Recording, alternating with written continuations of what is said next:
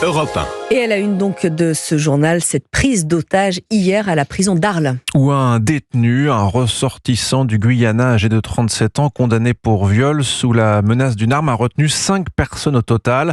Un surveillant, mais aussi des soignants, 3 infirmières et une psychiatre.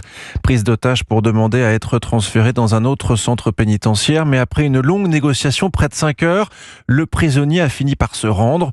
Le raid était présent sur place. Aucun blessé au final, mais une grosse frayeur pour le personnel qui a fait face à un homme déterminé et au profil instable, Stéphane Burgat.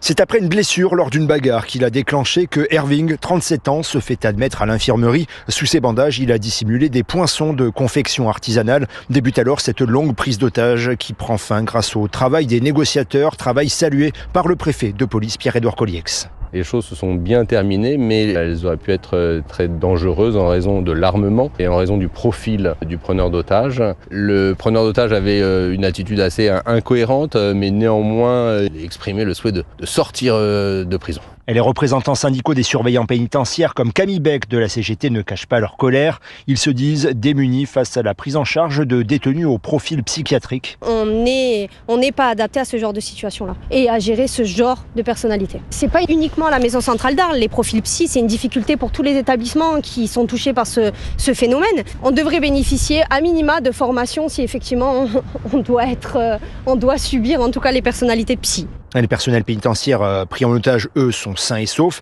mais bénéficieront d'un suivi psychologique après le traumatisme qu'ils viennent de subir. Arles, Stéphane Burgat, Europe 1.